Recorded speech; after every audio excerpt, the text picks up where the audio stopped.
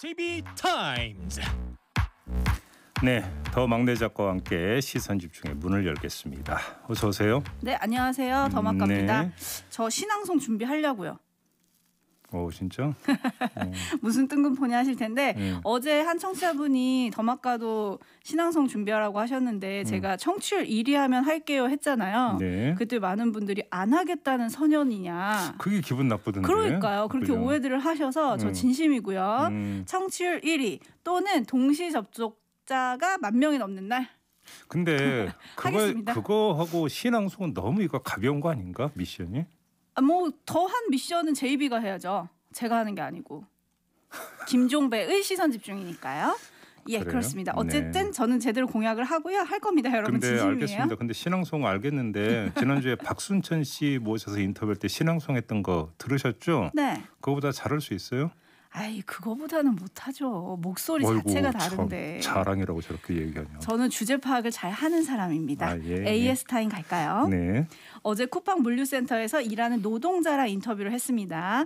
근무 전에 화재 대피 훈련 받은 적 없다. 화재 경보기 오작동은 잦았다. 네. 하지만 내부에 비상 전화조차 없었다. 뭐 이런 심각한 상황들을 전해줬습니다. 네. 어떻게 이럴 수가 있지라는 생각이 좀 들었었는데 어젯밤에는 화재를 최초로 목격한 직원이 2차례나 회사에 알렸지만 묵살당했다. 이런 보도도 나왔거든요. 예. 이런 논란에 대해서 쿠팡도 공식 보도자료를 냈어요.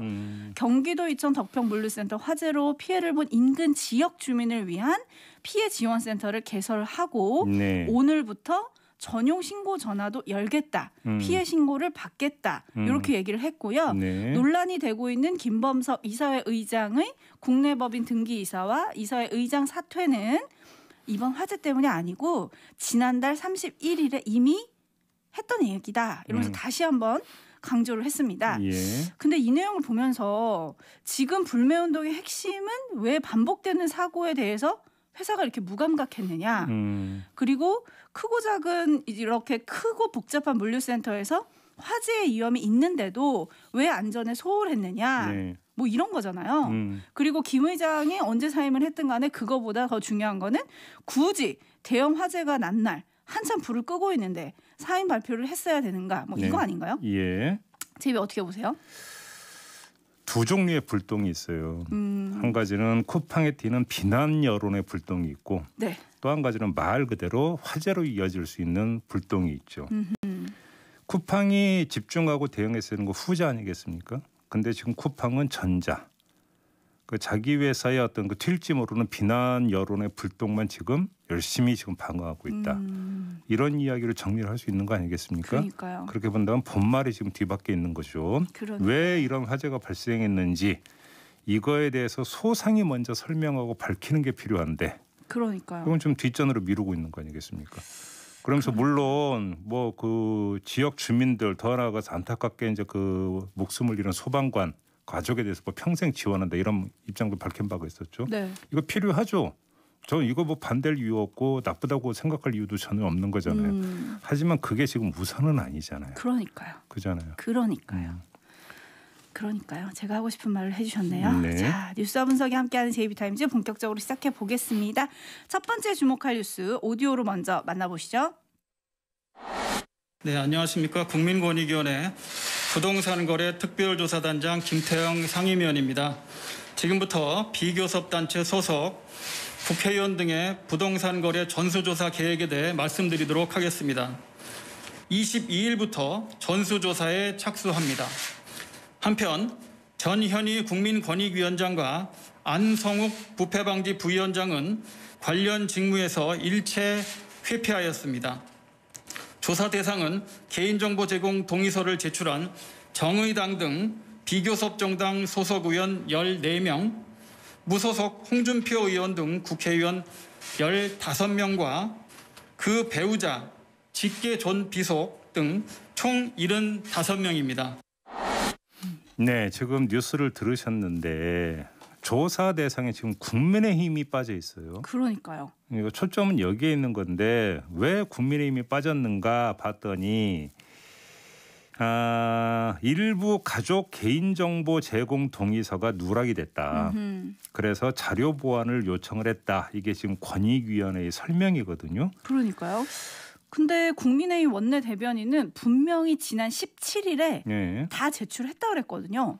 근데 지금 그 권익위원회가 지금 일부 누락이 됐다는 거 아니겠습니까? 네. 이거를 가지고 혼선을 빚을 이유는 제가 없을 것 같은데 네. 그럼 누락이 됐다고 보고 여기서 우리가 좀 그 확인을 해야 되는 게 그러면 이 누락이 단순 실수냐, 네. 단순 실수일 수가 있느냐 이 점을 좀 짚어야 되는 거 아니겠어요? 네. 자, 2단계로 문제가 발생했습니다. 감사원에서 거절당원의 권익위로 갔을 때 개인정보 조공과 제공 동의서 첨부 안 한 적이 있었지 않습니까? 네네. 그 뒤에 동의서를 받아서 그러니까 제출했는데 다시 일부가 누락됐다는 거 아니겠습니까? 네. 자, 2단계에 걸쳐서 지금 동의서가 부분적이든 뭐든지 간에 누락이 됐다라는 건데 이게 어떻게 실수일 수가 있어요? 그잖아요. 그러니까요. 자, 이거는 뭐냐면 자, 그 개인정보 제공 동의서 받아오세요라고 그러니까 소속 의원들에게 고지를 하는 것도 2단계로 이루어졌다는 얘기 아니겠어요? 이렇게 된다면. 네. 근데 일부 누락이 있을 수 있는 건가요? 그럼 이것이 과연 실수냐 고의냐 이걸 봐야 되는 건데 만에 하나라도 고의성이 있다면 확실하게 선을 그어야 되는 거죠. 자, 권익위원회가 자료 보완을 요구를 했다고 하지 않습니까? 네. 자, 그러면 언제까지 그러니까 그 제출하라 이렇게 기한을 지정했는지가 저는 궁금한데요. 기한을 정하고 그때까지 제출하지 않는다면 이건 조사 거부로 규정을 내려야 되는 게 맞는 거 아니겠습니까? 네. 자, 또 한 가지 자료 제출을 하지 않은 의원들에게 묻고 싶은 게 있는데요. 자, 가족 문제로 탈당 또는 출당 대상으로 민주당 의원 가운데 일부는 자신이 아니라 가족이 한 일을 왜 내가 책임져야 하느냐 이렇게 지금 항변하고 있지 않습니까? 네. 그럼 이런 주장에 공감하는 겁니까? 네? 그러니까 확실하게 입장을 밝혀야 되는 거 아닙니까? 그래서 그거 자료 안 낸 겁니까? 그잖아요. 저는 네. 이거에 대해서 확실하게 입장을 밝히든지 자료를 빨리 내든지 둘 중에 하나를 해라 이 말씀을 드리고 싶은 겁니다. 네, 그렇습니다. 뭐 지금 많은 분들이 긴 말 필요 없고 빨리 깔끔하게 내세요라고 하는데 네. 국민의힘 쪽에서는 의원 재산 공개 때 고지 거부한 직계 존비속 일부가 누락된 것으로 보인다. 일단 최대한 협조해달라고 의원들에게 공지한 상태다. 뭐 이렇게 밝혔다고는 합니다. 네. 그럼 이제 행동으로 보여주시면 되는 거고요. 이런 건 원래 말 많고 행동 느린 사람이 의심받게 돼 있잖아요. 그러게요. 빨리빨리 움직여주셨으면 좋겠다라는 생각이 드네요. 예. 이순애님, 아이고 누락도 실수, 꼼수 아니고요. 뭐 이런 의견을 지금 많이 보내주고 계십니다. 네. 다음 뉴스로 넘어갈까요? 네. 문재인 대통령이 3명의 비서관을 어제 교체를 했어요. 네. 눈길을 끄는 게 2명인데 요즘 영선이라고 부르죠. 제로, 영. 네. 그러니까 국회의원을 한 적이 없는 김한규 변호사를 정무비서관에 그다음에 96년생 대학생 박성민 전 민주당 최고위원을 청년비서관에 내정을 했습니다. 네. 이를 두고 다수의 언론이 이준석 효과 아니냐 이런 식으로 분석을 하더라고요. 뭐 말이 좋아 효과라는 표현을 대체 간단히 이야기를 하면 이준석 따라하기 아니냐 뭐 이런 식으로 분석을 했던데 정말 그럴까요? 많은 언론이 이렇게 썼던데 왜 또 삐딱선 정신을 발동하십니까? 아니요. 그러니까 저는 언론들이 청와대 인사 과정이 어떤지를 모른다라고 생각할 수가 없어요. 다 알고 있어요. 네. 자, 청와대 인사를 조금이라도 아는 사람들이라면 이런 분석에 고개를 갸우뚱할 수밖에 없는 게 뭐 신원조회. 그러니까 쉽게 하면 인사 검증에 상당한 시일이 걸려요. 청와대 같은 뭐 그러니까 그 비서관을 임명을 하려면 네. 그런데 이준석 대표가 당선이 된 걸 보고 따라한다? 그게 시간적으로 물리적으로 가능한 시나리오냐? 이건 아주 단순한 반문인 거죠. 오히려 다르게 봐야 되는 측면이 있는 것 같은데요. 사실은 뿌리는 같지만 이준석이라는 계기는 별로 중요하지 않았던 것. 쉽게 얘기를 해서 4.7 보궐선거 패배 후에 움직이기 시작한 거 아니냐. 오히려 이렇게 추정을 하는 게 더 합리적일 것 같아요. 이렇게 보는 이유가 또 하나가 있는데 자, 보선 참패 후에 이철희 정무수석을 팀장으로 하는 청년 TF가 출범이 됐어요. 청와대에서. 네, 그랬죠. 그러면서 시민사회 수석 밑에 청년 비서관을 정무수석 밑으로 바꿨거든요. 네. 이미 이때부터 진용을 짜기 시작을 했다고 보는 게 오히려 합리적이지 않느냐. 이 말씀을 드리는 거고요.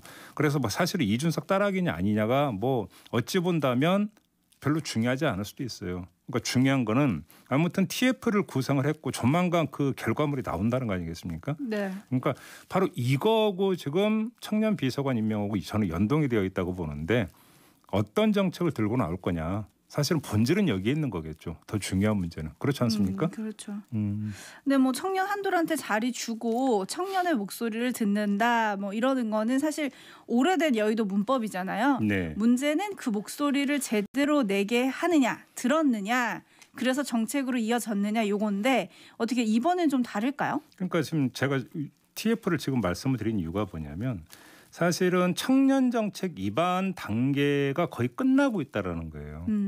그런 상태에서 청년 비서관이 교체가 됐다는 거거든요. 네. 자, 이렇게 놓고 본다면 이미 청와대의 기조는 잡혀 있다라고 보는 게 맞겠죠. 그러면 그 상태에서 새 청년 비서관은 어떤 역할을 하게 될 것이냐. 요거를 좀 점검을 해야 되겠죠. 그러니까 비서관의 역할이라고 하는 것이 예를 들어서 어떤 정책에 있어서 해당 부처나 이러니까 담당 기관이 있을 때 가교 역할을 해 들어가는 것. 이게 이제 상당히 중요한 기능이 되는 건데 네네. 이 과정에서 정책을 입안하는 단계에 있어서 가교 역할과 정책을 집행하는 단계에 있어서 가교 역할은 또 다른 부분이 있는 거 아니겠습니까? 그렇죠. 근데 좀 약간 기계적으로 나누면 입안 단계는 거의 끝나가고 있다. 이 점을 좀 주목을 해야 되는 거고 오히려 그런 점에서 본다면 그 청년 비서관의 교체라고 하는 거에 그렇게 또 무게를 둬야 되는 건가? 이것도 사실은 한번 좀 물음표를 찍어봐야 되는 부분이 있는 거죠. 그래서 뭐 상징성을 주기 위해서 하지 않았을까 싶은 생각이 들긴 하는데요. 네. 오늘 아침에 조선일보가 고시 출신도 25년 정도 걸리는 1급 공무원 자리에 25세 청년을 발탁하는 것이 불공정하다는 목소리가 나온다. 이렇게 보도를 했던데 그런 보도가 있었나요? 어떻게 보십니까? 아니 이거는 지금 그 늘공 자리가 아니잖아요. 흔히 이야기하는. 네. 그렇잖아요. 정무직이잖아요. 그런 상태에서 대통령의 심중을 잘 알고 그것을 정책에 반영시키는 가교 역할을 할 수 있는 사람을 뽑는 건데 그런 식으로 따지면은 청와대 비서관도 나이 제한을 둬야 되겠네요. 그러면 그죠? 경력 제한이나 이런 것들을. 근데 오히려 정치권에서는 대통령 연령 제한도 지금 바꿔야 된다고 주장하고 있지 않습니까? 네. 결이 완전히 다른 얘기 아닌가요? 그 얘기는? 네, 그러니까요. 근데 뭐 아무튼 취업을 열심히 하려는 청년들한테 약간 허탈감을 주는 인사다 뭐 이런 식으로 보도하는 언론도 있긴 있더라고요. 그리고 진여월님이 김한규 변호사 저리 보여도 74년생입니다 라고 해주셨는데 해석을 좀 해드리자면 박지훈 변호사보다 형이라는 제보가 들어와 있습니다. 그 청기 조사에서도 이야기를 했어요. 김재천 씨는 청년 대변을 꼭 청년만 가능한가요? 이런 또 의견을 주셨네요. 네, 뭐 그렇죠. 네, 그렇게도 얼마든지 이야기가 나올 수가 있는 거죠. 그래서 중요한 거는 일단 인사는 나왔고 내용이 뭐냐? 청년 TF가 과연 재보선 이후에 빠져나간 2030 그 청년 민심을 되돌리기 위해서 어떤 정책을 내놓을 거냐? 요거를 또 짚어봐야 될 것 같습니다. 그게 본질이라는 거죠. 그게. 네네 그렇습니다. 네. 자 뉴스와 분석이 함께하는 촌철살인 뉴스 분석 JB타임즈 다음 주목할 뉴스는 어떤 건가요? 직원 강제추행 등의 혐의로 기소된 오거돈 전 부산시장 네. 재판이 진행이 됐고 어제 결심 공판이 있었습니다. 검찰이 징역 7년을 구형을 했어요. 이제 판사에게 징역 7년 때려달라 이렇게 이제 요청을 한 건데. 네. 자 피해자가 2명인데 이들에 대한 범죄가 유사해서 일회성이나 충동적이라고 볼 수 없는 권력형 성범죄다. 검찰은 이렇게 규정을 했어요. 그런데 오거돈 변호인은 일회성이고 우발적인 기습추행이다. 이렇게 주장을 하면서 오히려 오거돈 전 시장의 건강 상태가 좋지 않다고 주장을 했어요. 네. 치매를 들고 나왔는데 오거돈 전 시장은 사건 후 자신이 치매가 아닌가 하는 생각이 들어서 치료를 받았다. 진료 결과 경도인지 장애 판정을 받아서 현재 약을 복용하고 있다. 이렇게 주장을 했어요. 네. 그러니까 간단히 정리를 하면 치매기가 있어서 우발적으로 추행을 했다. 뭐 이런 식의 주장인 것 같습니다. 이 보도가 나오자마자 아마 많은 분들이 같은 생각을 했을 것 같은데요. 형량 깎으려고 이러는 건가요? 우리가 이제 흔히 알고 있는 심신미약이라는 단어 알고 있죠. 네. 뭐 이제 여기에 해당이 될 수 있는 거 아니냐. 뭐 대충 이렇게 주장을 하는 것 같고 이렇게 주장을 하는 거는 형량을 깎으려고 하는 거 아니겠습니까? 네. 한 말씀만 드리면 참 찌질한 방어다.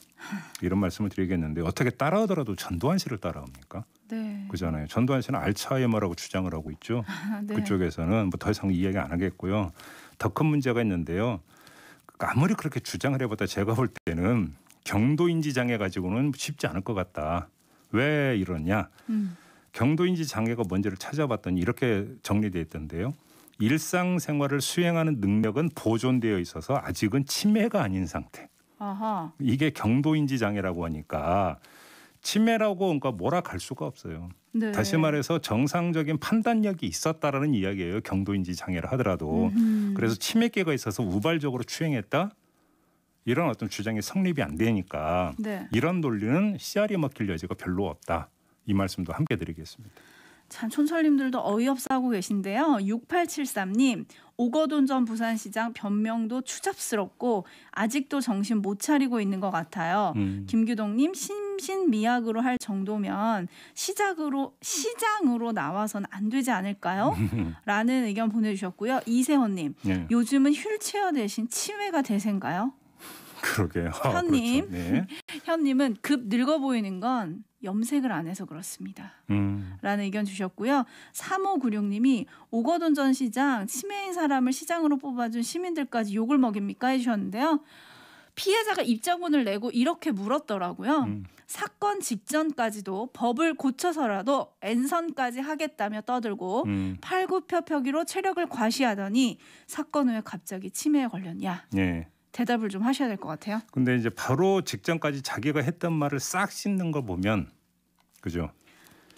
구강 쪽에 약간 문제가 있긴 있는 것 같긴 해요. 아무튼 한 네. 말씀만 마지막으로 드리면 경도인지 장애가 아니라 이건 중증 양심 장애다. 뭐 이렇게 정리를 해야 되는 거 아니겠습니까? 네, 그러니까요. 네, 뭐 이 말씀만 드리겠습니다. 네, 근데 마무리해야 되는데요. 아마 주요 뉴스 중에 왜 지금 안 전해주지 아마 궁금하신 게 있으실 거예요. 정치권에서 지금 핫한 키워드가 여당 쪽에서는 경선 연기냐 원칙대로냐 네. 요거가 있고 야권 쪽에서는 윤석열 X8 요게 있잖아요. 네. 요 두 가지 얘기는 저희가 2부와 3부에서 준비하고 있습니다. 그렇습니다. 왜 안 다루라는 분들 조금만 기다려 주시고요. 예. 그리고 제가 앞서서 신앙송을 얘기를 했더니 예. 제이비가 자작시를 쓰고 더마카가 읽어라. 이런 분도 계시고요. 아, 저거 이제 시인 등단을 하라. 어? 근데 이제 그게 이제 그 동시 뭐 이런 것도 괜찮은 거죠. 아, 그럼요. 안 되면 삼행시라도 하라고 하니까요. 병아리가 삐약삐약 걸어갑니다. 이런 건 괜찮은 거죠. 아, 네. 그건 좀 유치해서 우리 촌철님들이 견디실지 모르겠고요. 네. 아, 그리고 공하나 이하나님은 종배영 테스형 불러주세요. 만명 이벤트로요. 이런 주문도 들어와 있습니다. 일단 채우고 봅시다. 네, 일단 채우고 보겠습니다, 여러분. 유튜브로 많이 들어와 주시고요. 아, 어제 어떤 분이 유튜브로 어떻게 봐요 질문을 해주셨는데요. 유튜브에 들어오셔서 김종배의 시선집중 치시면 되고요. 그것도 힘들다 하시는 분들은 MBC 라디오라고 치시면 MBC 라디오 시사 치시면 바로 만나실 수 있습니다. 알겠습니다. 자, 이렇게 마무리할게요. 더마카 수고하셨습니다. 감사합니다.